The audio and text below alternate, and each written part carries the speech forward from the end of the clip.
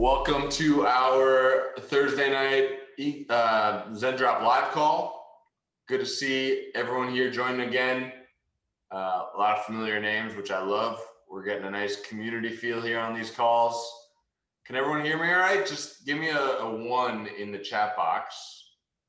Let me make sure I got the chat box here. All right. And where are you guys calling in from tonight? We got a 2. I didn't ask for 2s. I'm just asking for 1s, guys. Where's everyone calling in from? Got Florida, Milwaukee, New Jersey. We got the UK, Texas, Melbourne. Well, happy holiday, guys. Happy holidays. I hope everyone's got some good plans, see some family, catch up with their loved ones. Hopefully COVID and the pandemic is not hindering anyone from seeing their families this holiday season. I know I'm going home next week and I'm excited to see everyone. I haven't been able to see everyone in a while, so excited for that. Let's see. Hope everyone's week is getting started off well. So Zendrop Live, if you haven't been on before, we have a few different formats that we do this in. Tonight, we're doing a Q&A, so you guys can ask questions, we'll answer them. We've got some questions already compiled from before the call in a type form, so we got some good stuff. And we call people up live, so if you want to jump up here, if you want to ask questions, you want to jump on Zoom, you just raise your hand, and we'll call you up here, and we can talk about it. My name's Jared, if you don't know me. We have Brad and Kennedy on the call as well. And we're excited to spend the evening with you. I believe we're also live in the Facebook group. Kennedy, are we live in the Facebook group? Is it working? Live in the Facebook group. Is anyone on there? We have 4 people watching. Nice. Probably pick up. Very cool, very cool. So we like to start these calls out with various topics, things that we believe will be helpful to you guys, because the only purpose of these calls is to be helpful, is to add value, make everyone's lives better. You know, at Zendrop, we have a culture of making our lives better, you know, feeling good, having freedom. That's why a lot of you guys are here, right? You want to create online businesses that get you the freedom to do what you want to do in your life. And we want to help make that happen. We've been very fortunate to have success in e-commerce. It's changed my life tremendously. And, you know, being able to share it with other people is a big passion of mine. You know, but a lot of times people, they see this business and it seems so exciting, right? The concept of creating an online store and making money from your home or from traveling. And it feels, it's just so exciting. And then people try it and they put a little bit of effort in and then it doesn't work for them. And then they stop because they're like, oh, well, you know, it was too good to be true. How many people feel like things are too good to be true? They see other people doing well and they're like, oh, it's just, it doesn't work for me. It's got to be too good to be true. I can relate for sure. See, when I got started with e-commerce, you know, I got a little bit lucky. You know, I've been working on businesses for years. And when I discovered dropshipping and I saw that you could sell products without ever seeing or touching them, to me, it was like almost too good to be true. But I gave it a shot and I did get a little bit lucky. My first product that I tested, it scaled from $0 to $2 million in 60 days. And, you know, obviously most of you guys, that's not going to happen for you. But what I want to start the call off with is kind of what that journey feels like and what to expect and how to get yourself over that hump to get your first big victory or even your first small victory that will feed you so that you can keep going. Because the only way to fail in this business is to give up, right? If you don't give up, you don't fail. But a lot of people give up because they get discouraged. And a lot of people have the wrong impression of the mindset they need to get that first victory. They think if they're perfectionists, they think if they make their pages look perfect, if they put a lot of effort into making their ad really good, a lot of energy into the copy, they think if they try really hard, they have a better chance of doing well. Well, the truth is, no matter how hard you try at creating your store, at putting up ads, you have really no better odds of actually succeeding. What do I mean by that? I don't mean that in life you don't need to try. I mean that if you put a bunch of effort into testing a product, into creating an ad, you bring the product in, you video it, you edit the video, you put your heart and soul into it, you make it really beautiful, you write that ad copy and you put it out there, and then nothing happens. Well, what ends up happening is you get discouraged because you put so much energy into that product, and in the end, nothing ended up happening. So the mindset that you need to get that first victory in e-commerce is just rapid testing. I don't know if that's really a mindset, but that's your mission, is rapid testing. Your mindset needs to be disattachment from the product, and your mindset needs to be move on and move quick. Because the truth is, it's going to take you 10 to 20 products of testing before any of them get traction. And if you're putting all this effort into testing 10 to 20 products, how much more energy are you going to have left? You're not going to have much, right? If you're spending all the energy on your videos or your pages, after 3, 4, 5 products failing, what's going to happen? Well, you're going to start to associate all that effort that you put in with discouragement. So next time you want to put an effort, you subconsciously feel discouragement. So you're like, well, I don't want to put any more effort in because I'm just going to be discouraged again. So if you're in that boat, give me a 1 in the chat box, actually, if you're in that boat.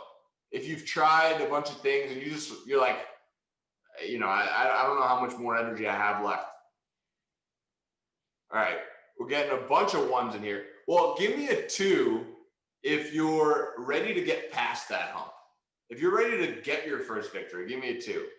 I want to see a bunch of 2s in here. Because if you're on this call right now and you're investing your beautiful Thursday night to sit here with us, you better be giving me a 2.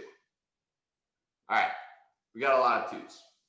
So the mindset you need is disattachment and moving quickly, being rapid in testing and not being attached to your products, because it takes 10 to 20 products to find one. So what do I mean by that? I mean, first of all, you want to get organized, right? So you want to decide what products you're going to test. You want to put all those products in a list. My 20 testing products. And then you want to put the least amount of effort that you could to put that product in your store and run an ad to it. Literally, the least amount. I don't care if there's spelling errors. I don't care if there's grammatical errors. I don't care if the colors don't look good. I don't care if the video is horrible. Because sometimes the worst videos actually convert the best. So what happens is now you start rapidly testing, and eventually one of these products is going to get a sale. And we can get into more specifics on how to test if you guys want to. Give me a 1 in the chat box if you want me to go over a testing method for you guys. All right, yeah, a bunch of 1s. We'll get into that a bit later. So you're rapidly testing, and then eventually one thing starts getting sales. Now what do? Well, now you put the effort into the product. You don't put the effort into it before it proves that it could be a winner, because then you start to associate your effort with discouragement. Now when you put your effort into the product that starts getting sales, it's going to get more sales. You start to get creative on your creatives. You start to think, how can I sell this product better? And that's when you start putting your energy into those products once you get one that gets some sales. So fresh, clean slate. And I'm talking to you beginners out here.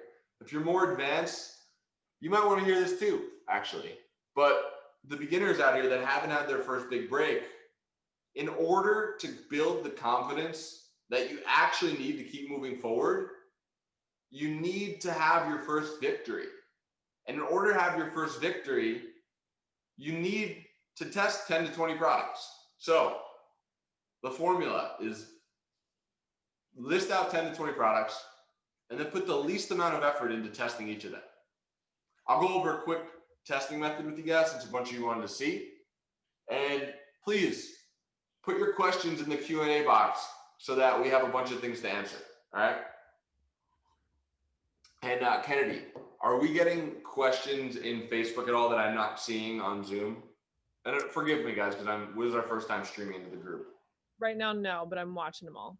And if I could just interject quickly before you go into that testing method, I think the best way to sum up everything that you just said is that the learning curve doesn't exist across time and energy. It exists across iterations. How many times can you iterate and learn something? You putting a bunch of time and energy into one thing, you're not going to get much feedback from that one thing. You're going to get one piece of feedback, right? You might get a couple. But if you can iterate 20 different times, you're going to get a 20x multiple on your knowledge, your learnings, your experience. I think that's what Jared's trying to get at, is that the learning curve is across iterations, not across time and energy. That's a great way to sum it up, Brad. Thank you. So iterations, great word. I wish I had used that, but thank you for stepping in with that word, Brad. So I'll give you guys a quick testing method that I've taught many a times on these calls. It could be a refresher for some of you guys. It's a method called the lazy man testing method. And if you want videos that show you how to do this method, we have something called Zendrop Academy. It's in your Zendrop account. Actually, Brad, real quick before I dive into this method, do you mind sharing your screen and showing everyone where they could find Zendrop Academy? If you're a Zendrop member, you have this for free. So I just want to show you guys where it is. Yeah, just let me pull it up real quick. So before Brad pulls this up, we have a whole academy that we used to sell for thousands of dollars that you have access to for free in your members area in Zendrop, right in the little, Brad will show you where it is. But we show you a bunch of different testing methods, scaling methods, product research methods, all the stuff that if you're a beginner and you're trying to get that first victory so you can get the confidence to keep moving forward, everything you need is right there.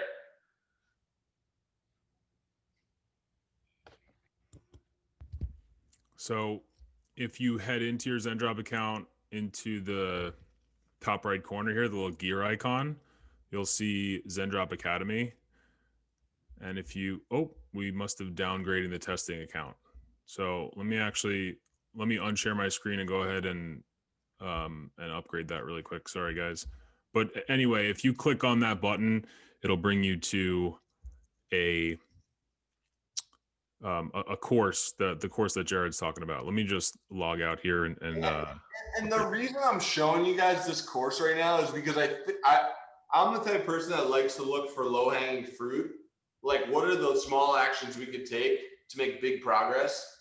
And I think that I could share a ton of insight with you guys, but this small action will give you guys tremendous amounts of progress. We got Ritvars, I don't know if I'm saying your name right, did not know about Zendrop Academy. Well, Brad's going to show it to you right here, just so you guys can see. And I like doing the smallest amount of actions to get the biggest amount of outcome. And if you guys are trying to get that first big victory, and you need to understand that you need that first victory to fuel your confidence to keep moving forward. Because if you keep getting no victories, you're going to give up eventually. So I think Zendrop Academy will give you the tools you need to get that first small victory and beyond. Okay, yeah, Antoinette doesn't know about it either. Brent doesn't know about it either. So I'm glad that we're sharing this early on. Cool. So yeah, like I said before, gear icon down to Zendrop Academy, and that will take you to this course, which we've compiled over the years. It's got everything from A to Z. So if you guys are brand new, have never set up a Facebook account before, it shows you that whole process. But then it really gets into the details of organizing Facebook campaigns, how the Facebook algorithm works, extremely important information to know to prevent your ad account from potentially getting banned or restricted in any way. ways to optimize conversion rate, all the stuff that you'll need to take your store from 0 to 100. Real quick, yeah. Somebody just mentioned that their Facebook ads just got restricted. The information on the Facebook ad policy in here it's in depth, and the information in this course, specifically on Facebook and their algorithm, their ad policy, it comes from a mastermind, a guy named Tim Bird. If you guys are in the Facebook ad buyers Facebook group, which I'm sure a lot of you guys are, Tim owns that, and he does really high level masterminds. Brad and I have attended a few of them, and we've gotten him to actually let us put that content in here for you guys. So it's super valuable info. I mean, we paid many thousands of dollars to be there. I don't even remember the price, but yeah, a bunch of people are saying that they didn't know about the Academy and that it's awesome. So glad we're showing this to you guys. Yeah, so actually, I think there's 12 or 13 videos from Tim Bird in here, and it's invaluable information. Like Jared said, we were already obviously really well versed on all of this stuff before we went there, and we learned a ton. I was there taking notes like a madman. Is the lazy man testing method in there, Brad? No, but we have 4 other testing methods. The lazy man testing method is not in here, but we probably want to add that in here. Yeah, we should add that in there. Yeah, guys. So if you're just trying to, like, I just want to, before we go into questions, and there's a reason I'm so passionate about this, and it's not just from me personally. This is because I've coached at a group coaching level hundreds of students, and it takes one little victory to give you that fuel and that fire to keep going. And you guys are on this call for a reason. You've seen a lot of success out there. You've probably seen a lot of fake success too. And the problem with the fake success on YouTube and Instagram is that you start to believe that everything's fake. You're like, oh, like that can't be, that guy's fake. So like everyone who's pretending they do well, it's fake. So nobody can do it. But there's a concept, and it's the first chapter of my book actually. And it's about outperforming your subconscious beliefs, right? So we all live in our own dream world, let's just say. And it's reality, but all of our realities are a little bit different. They're shaped differently based on how you grew up, based on the lessons you learned, based on the experiences you had. So your beliefs are different than mine. We may have similar core beliefs. We may believe that 2 + 2 = 4, but my beliefs on what's possible is different than yours. You may believe that you could build a spaceship to fly to the moon, and I don't. That doesn't mean I can't and that you could. It just means that we have different beliefs. Now, when it comes to outperforming your beliefs, this is a really important concept. To move forward, if you guys haven't succeeded yet in e-commerce, you know it's possible. You've seen me, you've seen other people, so you know it's possible. You wouldn't be here if you didn't think it's possible, right? That's why you're here. But deep down, in your subconscious level, you don't yet believe it's possible for you. You know it's possible for you, but you don't believe it. And the key to this rapid testing, trying a bunch of products, jumping in Zendrop Academy and doing the shit in there is because eventually something will happen that is greater than what you believe to be possible. And you actually outperform your beliefs. So if you believe that you could make $250 a day, but anything more is kind of impossible. I worked the job, I made $250 a day. Now, when you do this testing and you figure out a product that works, you're gonna have a day where you do $1,000 in sales. And that's gonna shift your reality of what's possible. Now your standards are gonna go up. Now if you're doing $250 a day, that's not good anymore. It used to be good and you wouldn't strive for more, but now $250 a day is bad. You're like, oh, something's wrong. You do $1,000 in a day and you outperform your beliefs. And the only way to outperform your beliefs is just to keep doing the things that you know you need to do until you outperform them. Then you hit $1,000 a day and you keep testing, you keep trying, you keep scaling, and 1,000 a day is great for you. 250 is horrible. And then you hit a day where you do 5,000 in sales. Boom. Your beliefs have shifted again. Your standard has risen. Now, when you're doing 1,000 a day, that's bad. You can't do 1,000 a day. Something's wrong. What's wrong? I got to fix it. Now you're being pulled to the 5,000. You're not pushing. You're being pulled because something's wrong. I got to fix it. If you hit 250, panic mode. 250 is holy shit. I'm going out of business. But before you outperform those beliefs, 250 was your standard. And it just keeps going. I'm at a level right now where I have my beliefs, and they're way higher than they were 10 years ago, but they're nowhere near where Mark Cuban's beliefs are, or where Jeff Bezos, no, we're not even in the stratosphere of Jeff Bezos' beliefs. But it doesn't mean it's not possible. It means you just have to keep outperforming them. So my point is, guys, to simplify, is when you're first getting started, you want to put the least amount of effort in to every product that you test until something hits. Then you want to put your effort into that product until you outperform those beliefs and you raise your standard. And that's the way to get on a fast track to having success in really any business, but specifically e-commerce and dropshipping. Let's go ahead and take some questions. We got some hands raised. Hands raised. Hi, thanks for giving the opportunity. So, actually, I have two questions. Sure. The first one is, can you hear me? Yes, loud and clear. Okay. I want to know about a business plan.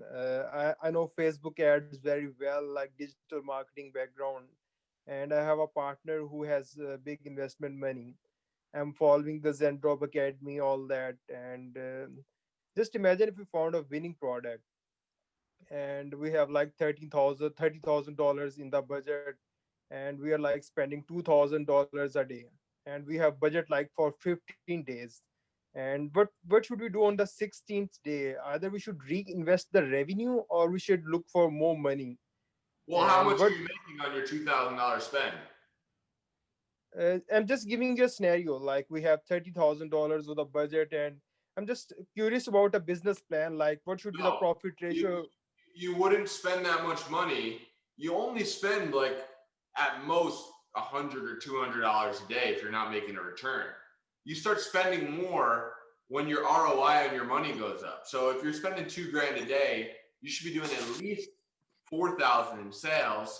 After cost of goods of 1,000, now you're profiting 1,000 a day, and now you want to spend more. But if you're not making money on the money you're spending on your ads, you want to keep it to a minimum. Of course, I understand your scenario. Of course, when we are spending like $2,000, of course, we are making like $5,000 in revenue. That's the of course scenario.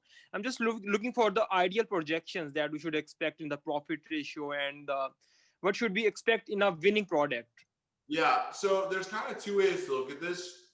Okay, that's a good question. So a lot of people want to just scale as high volume as they could. Like, you're spending 2,000 a day to make 5. The reality is when you spend more, your ROI starts to go down. So maybe you start spending 10 grand a day. That doesn't mean you're going to make 25.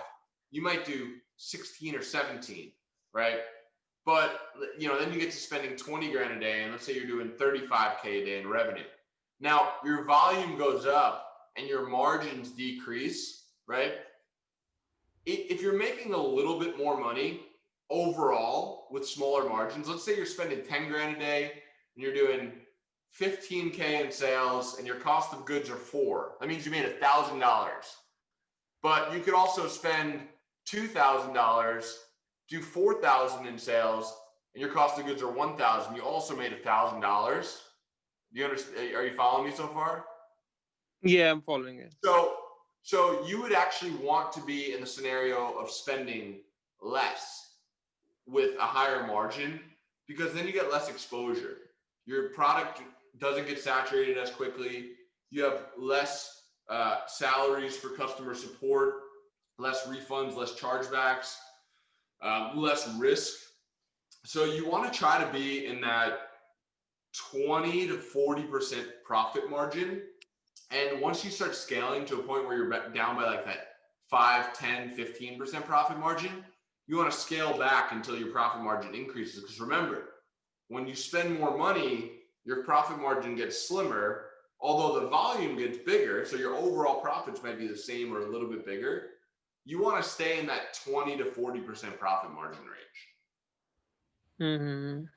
So another question that is really linking to this theory, like even if we are able to scale at this stage, what should be the indicator that we should stop making money on a product, like we are just making money, making profitable for 2 months, and at that stage we might be spending like $10,000 a day, and even if on one day we just not able to do the break even, we will be definitely losing the money, losing the profits that we have earned. So what should be the critical point that we should use a filter to stop at, like we should don't need to spend more money on this?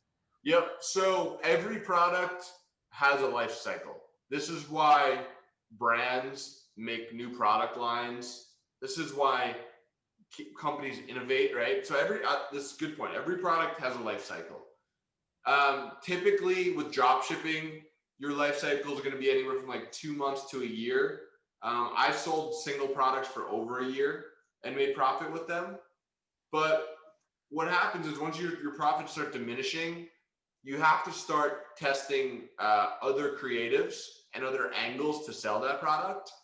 And eventually, if you start losing money for a week or 2 weeks in a row, you just got to cut it and move on to the next product. But if you're making money like that, you should also be testing. With that kind of money, you could be testing 50 products a week and hire a media buyer on Upwork to launch all your ads for you, so you have more winning products in the pipeline. So you don't want to be caught with your pants down. You want to always have winning products coming. So the moral, the lesson here is that when you have a winning product, keep testing other ones. And then once it starts losing money for a week or two, move on to the next one. So we should wait for at least 1 week, with like we are spending on $5,000 a day. So wait for 1 week if we are just below the break even. Yeah, but test other creatives in different angles, right? Okay, Like maybe just try the Pinterest ads, Google ads, and the other ads platforms as well. You can definitely do that as well. But even on Facebook, like try new videos, new photos, and try selling, similar products to the same audiences. You can find other winners pretty easily like that. Yeah, that was so nice of you, and the questions were answered really in a well mannered. Thank you. Thank you for jumping up here. Should we take a few of the questions in the chat box? And we got a couple other hands raised. Yeah. Teddy's been waiting for a second, so let's call him on really fast. Hey, what's All up, Teddy? All right, can you hear me? Yes, sir. All right, cool. So when you first started talking, like I totally get like what you're saying about like testing a bunch of products and stuff. And because I've been in that boat where like I get emotionally attached to one and then like you get burnt out after like it doesn't work and you just kind of get sick of the process.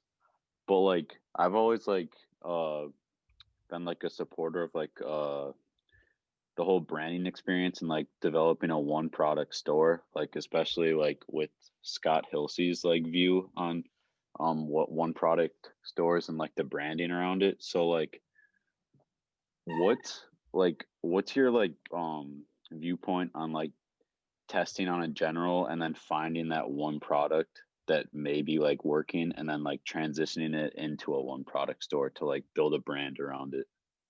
Yeah, definitely recommend that way. I actually don't like one product stores. I do like branded stores.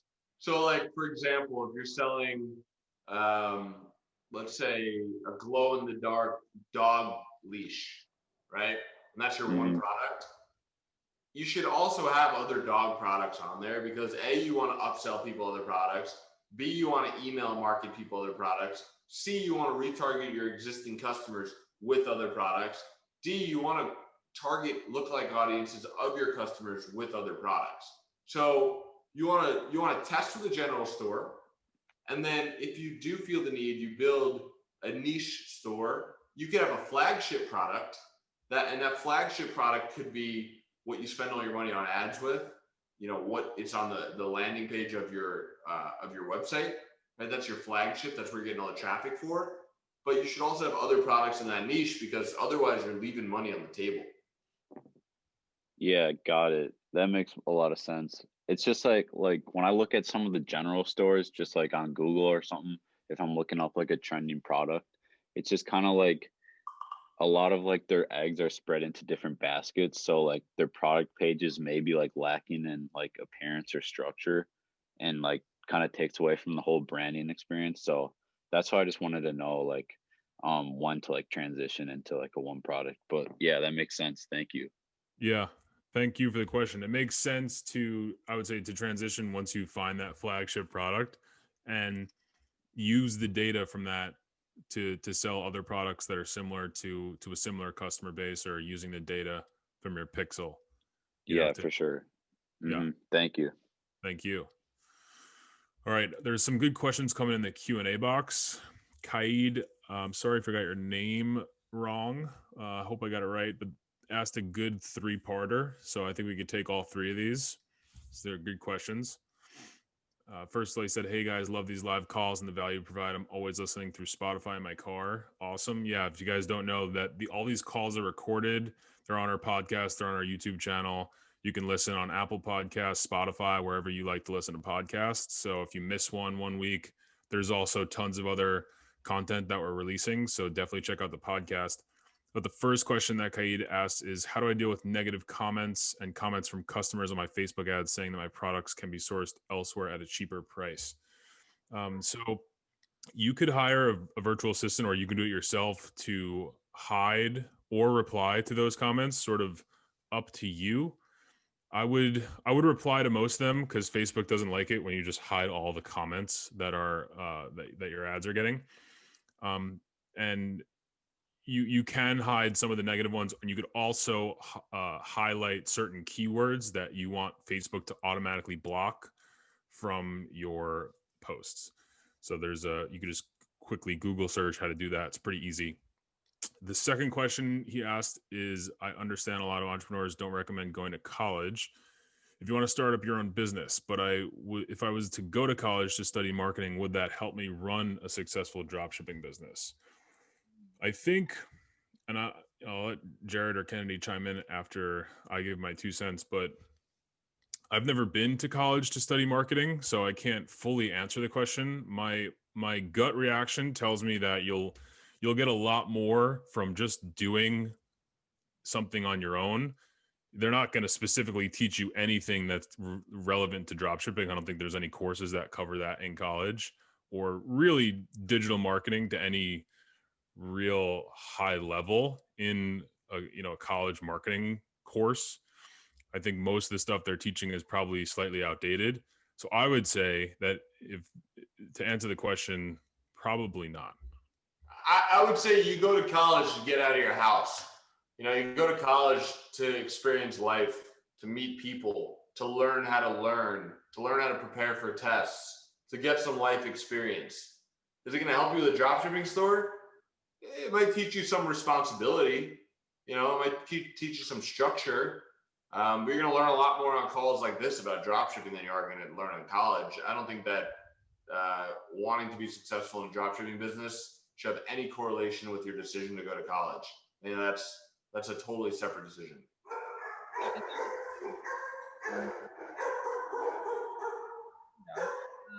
These days, marketing is so rapidly adaptable, with how quickly social media has become a massive part of people's marketing strategies, and how quickly social media changes on a daily basis. College courses can't keep up.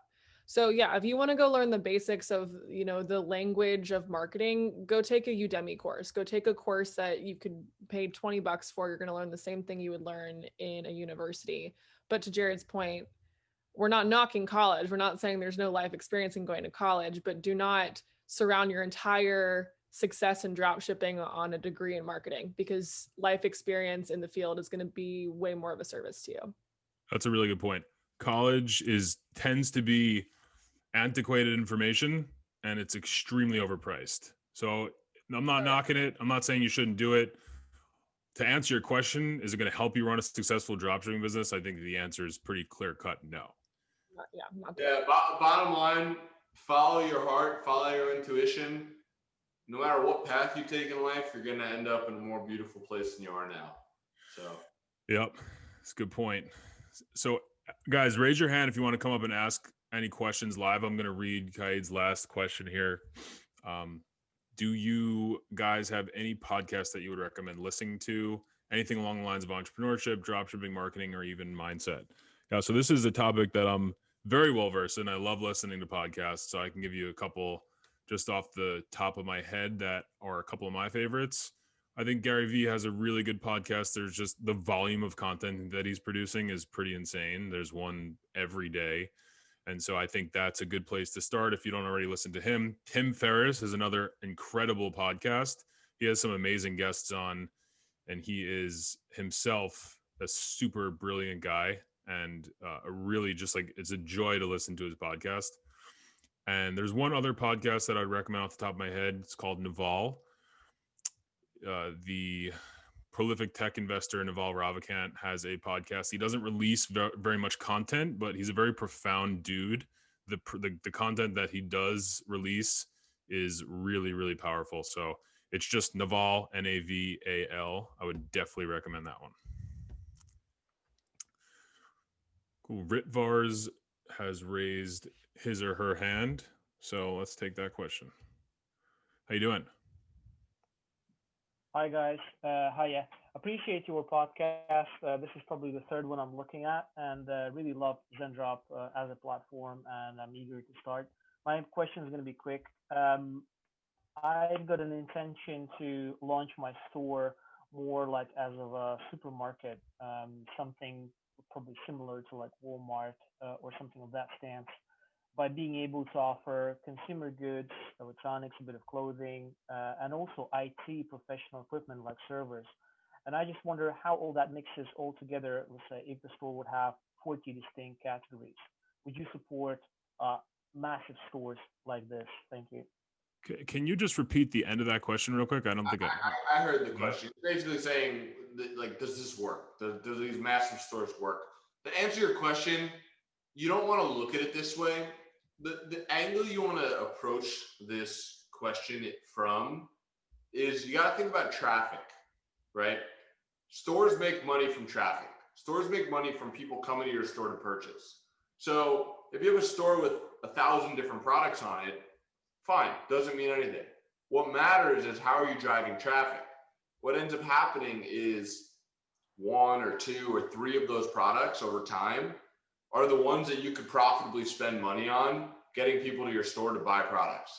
And then if you want it to be a shopping experience, a supermarket, a Walmart type experience, you have to make it very shoppable, right? You have to have really good email marketing, segmenting your customers based on what they purchased, to target with them with other similar products. If somebody came in, if you're selling, a woman's clothing item, you don't want to email them about, men's hiking boots, right? Because they're not going to buy it. So if you do have a sophisticated store with a lot of products, you do want to have segmentation based on like customer profiles, which you can do in your email marketing softwares. But the angle you want to look at this, I don't want to complicate it, is that you may have 1,000 products, but one of them is what you're going to send ads to that are people are going to come to your store. So it allows you to test a lot of products and find those winners. I think general stores like that work great. I'm a fan. Really good question from Marvin in the Q&A box. He says, you guys are talking big bucks for advertising. What is your advice for the little guy or the beginner who has a very limited budget? This is a great question. And the numbers that Jared's referring to, they're sort of just abstract numbers, just as examples of, you could think of the same scenarios that he's laying out at a much smaller proportion, with smaller numbers. We're just talking about KPIs. But my advice would just be to get started with whatever you're comfortable with, even if it's $5 a day, even if it's $3 a day. You're going to be able to start learning and start gathering that experience.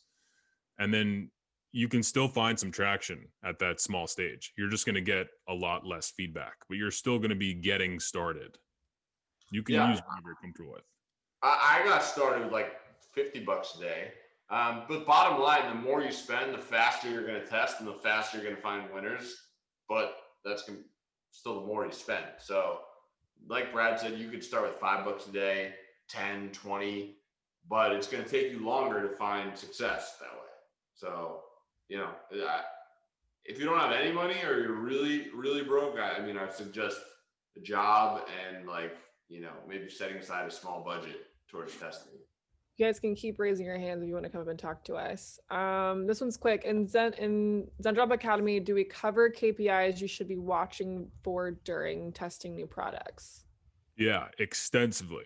There are several videos breaking down sort of what you're looking for in the early stages of a campaign, how to tell what kind of story that data that is appearing on your Facebook ads manager is telling you, because it's, you know, the metrics are there for a reason, right? They're telling you a story of what's happening, and we show you how to set up all the columns, what metrics you need to pay attention to, what's a good metric, what's a bad metric, and how to analyze it. So yes. Good one. Okay, this one's good. And what's your view on putting effort into SEO to drive organic traffic, or do you plow through money for Facebook ads? SEO is a long-term play. It's not high volume. You know, if you're selling a very niche product, like magnetic eyelashes, for example, you know, you can use SEO for that. But SEO is more like if you have a branded store, a long-term store, you're not testing a lot of products. And when you say plow through money, you're not plowing through money. You're just investing it and taking money out. Like, even if you're spending $5,000 a day and you're getting a 1.2x return on your money, you're getting, you know, 6 or 7K out after you're only losing a little bit of money. You're not spending $5,000 a day. So don't look at it that way. You gotta look at it as an investment. And if you are losing money, you're investing in data. So that's how you gotta look at it. And SEO is a long-term play. How do you deal with Facebook inconsistencies? Teddy, I'd love to know more about what you the game. Very dramatic. Part of the game. Yeah, I mean, look, you're dealing with an extremely complex ecosystem in Facebook. It's actually incredible that it could be even remotely consistent in any aspect. You're dealing with billions of people, and I don't even know the actual number for the amount of data points. I'm sure it's billions of billions of billions of data points. And so it just comes with the territory. They're constantly iterating on their product, you know, their ad product, and making adjustments so that it can become more consistent, hopefully. But you're just always going to deal with those inconsistencies. So like Jared said, it's just part of the game. I'll give you a little tip. And this is not like proven written anywhere. This is just from my experience. The more you tinker with your ads, the more you change things, duplicate things, create new ads, pause ads, all that stuff, the better they perform. If you find good performing ads and you just set it and forget it, you might as well forget your profits because they're going away. So you want to optimize your ads on a daily basis. Create new, duplicate some, turn some off. I don't know what it is. Again, it's not proven, but whenever we mess with ads, change ads, tweak things, we see traction. There are a couple questions coming into the chat that are good too. So are there any options for assistance with orders on the Zendrop inventory? And then following up to that, do we offer custom packaging? So I'm not exactly sure what the first question means. If you want to clarify that in the chat box, Matt, so we can answer that better. The second question, we do offer custom packaging. Typically there's an MOQ, which is a minimum order quantity required for custom packaging. But if you're interested in custom packaging, definitely contact our support team. They can help you out, get you a quote for for your custom packaging based on which product you want to sell, what kind of custom packaging you want. So definitely contact our support team for that one. We actually have a couple of hands being raised now. So real quick. Okay, fine.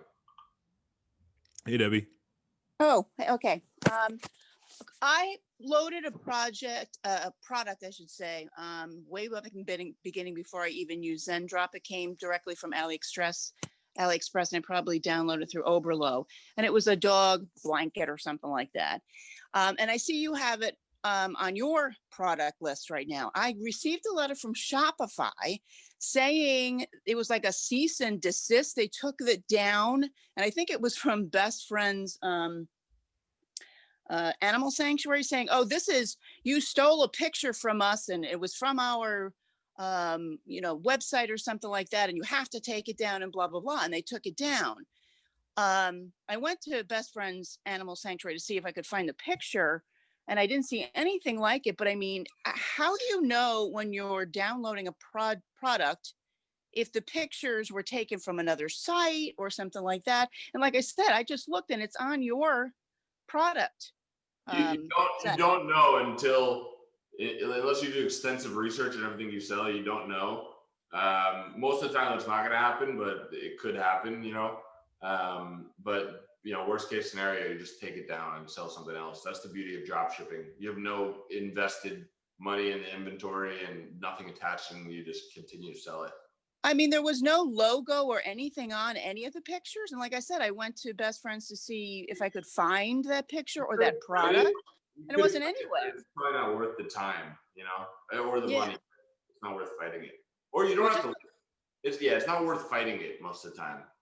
Well, just to let you know, though, you do have it on your product list. Okay. Yeah, they could have also sent you a cease and desist letter without actually owning the IP. I mean, people do that too. It's kind of the Wild West out there sometimes. Well, it seemed like a kind of very unprofessional letter that was written, but Shopify sent it to me and took the product down. Shopify took it down. Yeah, you could fight it, but again, you just might as well just move on to the next product. I wasn't really going to fight it, but I was just wondering, how do you ever know that the pictures that you're putting on there from drop shipping, you don't, right? No. There's no way to know. Okay. Just checking. Well, thank you for the question, Debbie. Yeah, I wish I don't have any other answer for you, unfortunately. Well, there's actually a really good question that just came in the chat. Antonique asked, he said, I feel like I'm losing money on ads because I haven't had any sales yet, but I have had about 6 abandoned carts. Not quite sure what the data is telling me. The data is telling you that there's some sort of friction between when people add something to your cart and when they go to put their credit card information in your website. That's exactly what the data is telling you. So my first inclination goes to your shipping price. Maybe your shipping price is super high. Maybe the product's $15 and the shipping price is $9.99, and people are abandoning cart once they go into the checkout flow and they see the shipping price. That's probably what I would try to change first to see if that impacts your conversion rate at all. And then other than that, you got to think of, have you gone through the checkout flow and actually purchased the product? Maybe there's something technically wrong on that end. I've screwed that up a few times myself, and you don't actually realize it until you go actually place a test order. So go through the whole flow and make sure that it's all working. Yeah, and those are great points, Brad. But in reality, the amount of data you have is so small that it actually doesn't mean anything. You could have had 6 purchases or none with 6 data points. If you had, 75 abandoned carts and no purchases, that means there's probably something wrong. But the reason I say that is not to point out the obvious. It's more so because a lot of people overanalyze data and don't take action because of it. They're like, I have to figure this out before I take the next action. But it's like, there's nothing to figure out. I'm not a big data guy at all. I'm a rapid fire, look at the money, make my decisions based on that kind of guy. Occasionally I'll analyze data and make decisions on it. But unless you're spending substantial money and have enough data to look at, don't put 12% of your energy into it. Don't put too much. It's a really good point. people tend to use that as sort of an excuse not to take the next action. I think sometimes it is a very small data set. You're looking at 6 data points, right? Data sets only become reasonably accurate and when you're talking about thousands of data points. So looking at 6 very small data set, like Jared said, you could have had 6 purchases, you could have had 0. At that point, it's kind of too small to tell. But real quick, he just asked a quick follow-up question. What's a reasonable shipping price? I mean, kind of all relative. I don't know what you're selling the product for, but I tend to like testing with free shipping. That way, you're sort of eliminating one variable in the process, right? Because now there's no friction at checkout. No one's going to bounce because of the shipping price. Yeah, you always want to test with like lower prices, lower shipping prices, anything to make sure the conversion rate's as high as it could, see if you get any traction. And then you start making the prices a little higher, testing other prices. You could literally test a product, half the price you want to sell it for, no shipping, get a bunch of sales, literally create another product on Shopify, exact same product, import it from Zendrop again, twice the price, and run ads to that and see what the difference is in conversion rate. And that's how you can test prices too. Yeah, that's another really good point. It's good to test products at a little bit lower than you might want to sell them for, both product price and shipping price. There's multiple benefits. Number one is you're going to get some confidence, you're going to get some sales, and you're also feeding your pixel sales data, which Facebook loves. It's going to increase your place in the auction. We got another hand raised. Good. Hey, David, what's up? Hey, thanks guys for having this call tonight. I just had a quick question that I'd love to get your opinion on about how you stayed motivated and focused, like when you were first starting out. Did you have a system or a certain goal or a mentor maybe? Like what kept you disciplined in taking the consistent action through the ups and downs when you were early on? I think in the beginning, it's a lot easier to be motivated and focused. Once you get like beat down a bunch of times, it gets much harder. But you don't really get those breakthroughs until you like really reach those lows. For me, one of the things is like knowing that, and it's just like from experience, like for every low, there's a high.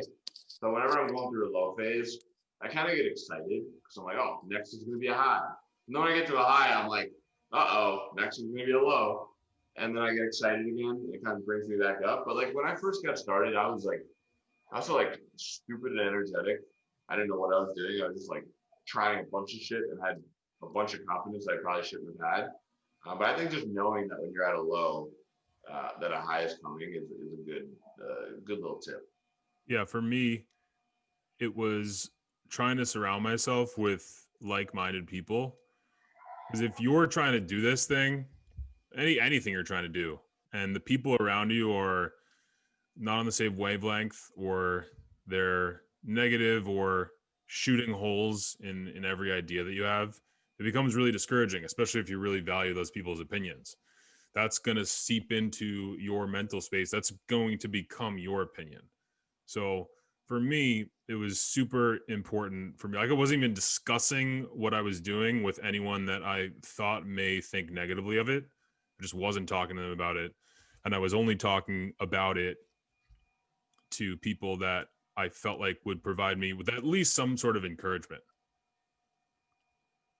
Yeah, and to that point, like the harsh reality is like the people, even people that really love you and care about you, like they actually, part of them doesn't want to see you do well, and it's because they want to feel like they made the right choice, not taking that same risk that you took. So if you fail, they're like, oh, good thing I didn't take that risk. And if you succeed, they're like, I made the wrong choice. So even if they love you and care about you, part of them doesn't want you to succeed. And you don't want to invite that energy into your world.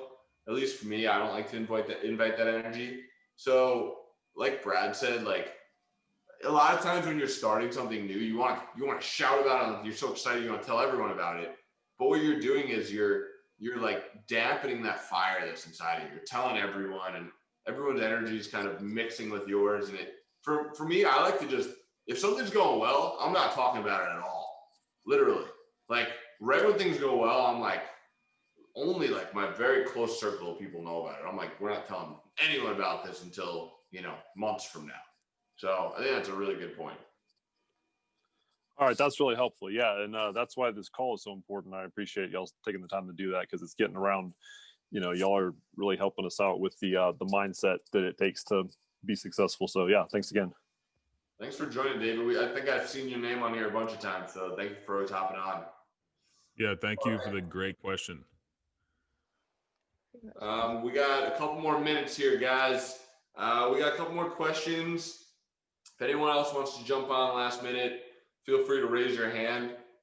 Otherwise, we'll go through a few more questions, and then I'm going to go eat dinner and relax because I'm freaking hungry. Teddy asked another really good question before we wrap it up here. If all three of you could go back in time when you first started out drop shipping, what would be the number one thing that you'd do differently to reach your first breakthrough faster? I don't think I could have reached my first breakthrough faster. Yeah, well, I got lucky. with drop shipping for sure. Like Jared, the first product Jared tested, drop shipping absolutely crushed. But like I always say on these calls, it was all the experience prior to that, from the years of grinding and doing different things and learning, that really allowed you to take advantage of that opportunity. For me, it would be definitely giving up on, like, having no belief in the sunken cost theory, like giving up any sort of attachment that I had to anything that had a little bit of traction that I thought I was going to be able to make it work, that I just kept dumping money into. One of the first products I tested had like thousands of sales on it, but I just could never make it profitable. And I remember asking Jared what I should do about it, like when I first started drop shipping, and he was like, stop selling this product. And I was like, that like crushed me. It was too much. I can't stop. It was the best advice that he could have given me.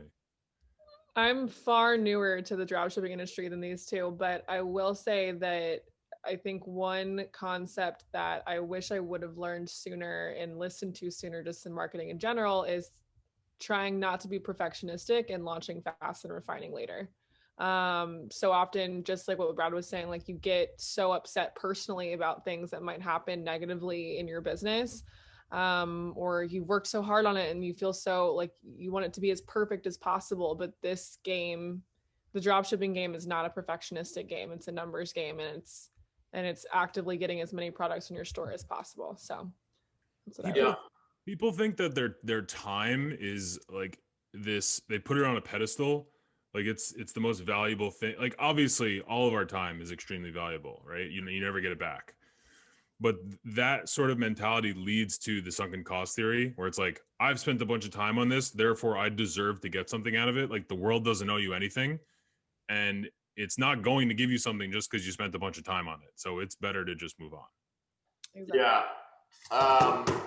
That's a really good point. Yeah, I feel the same way. Honestly, for me, it's like, I think getting in touch with who you are and understanding yourself is really important. Like, I know my strengths and weaknesses pretty well at this point, and I make decisions based on them. One of my things is that I am really creative, but I have very limited creative energy. So it's like really potent, but it goes away really quickly. So if I were to answer customer support emails, I'll be taking a nap in like 28 minutes. Like I can't do it. But and then it dampens me. So like when I go to work on something more important, I'm just like, but so for me, it's like, get that off my plate. And I like to focus on things high level. I like to step back and like look at things holistically and figure out how to be more efficient. So I would say, see your business holistically and decide on a plan. Don't just jump in each day and like, I'm going to do this today. I'm going to do that tomorrow. I'm going to take today off. No. Here's my 1 month plan. All right. I'm going to test one product every day. Here's the list of every product I'm going to test. I'm going to hire this person to launch my ads every day for $15 because I know it dampens my creative energy. And once one product gets 5 sales, I'm going to jump in and tweak the ads and have that structure and put on blinders. Like, because there's so much junk, like so much distractions and junk. And another thing is like, just be careful what you're consuming. Because again, we have limited energy. So like, and we live in a scrolling world. We live in a world of addiction to technology. So for me, when I first got started, I'd probably put on blinders. I would not be on social media because there's really no benefit. There's almost no benefit unless your personal brand is how you make your money. Like even seeing these pages of really, rich people, what's happening is you're seeing all these things that you think you want, you think it's motivating you, but in reality, it's just attracting the feeling of wanting things that you don't have. So you keep getting things you don't have. So I would disconnect from all the bullshit. I would decide I'm not talking to anyone that I know about my business unless they are doing it and have done it better than me. And I would make a holistic plan and I would play on my strengths only. That's what I would do. It's a great point. Seems like a pretty good place to wrap this call up. So thank you so much, everyone, for joining. Wait, real quick. I want this call to be more like a family. So if you're going to join us on the next call, put a 1 in the chat box and we're going to hold you to it. I like that. All right, we're getting a bunch of 1s. We got 111. I want a lot of these 1s, guys, because the beauty of these calls is not that I'm smart or Brad's smart or Kennedy's smart. Maybe Brad and Kennedy are, but not that I'm smart. The beauty of these calls is that you're taking an hour and you're learning and you're working on yourself. Like you're being selfish and you're learning, which is beautiful. There's not many other opportunities throughout the week to jump on and do something good for yourself. So we really appreciate you guys. It fuels us to have these conversations too. As much as we're doing it for you, we're doing it for ourselves too. So thank you guys so much for joining us on this Thursday evening, and can't wait to see you guys on the next call. You guys. Yeah, we do these calls almost every Thursday at the same time. So we'll see you guys on the next one. See you guys.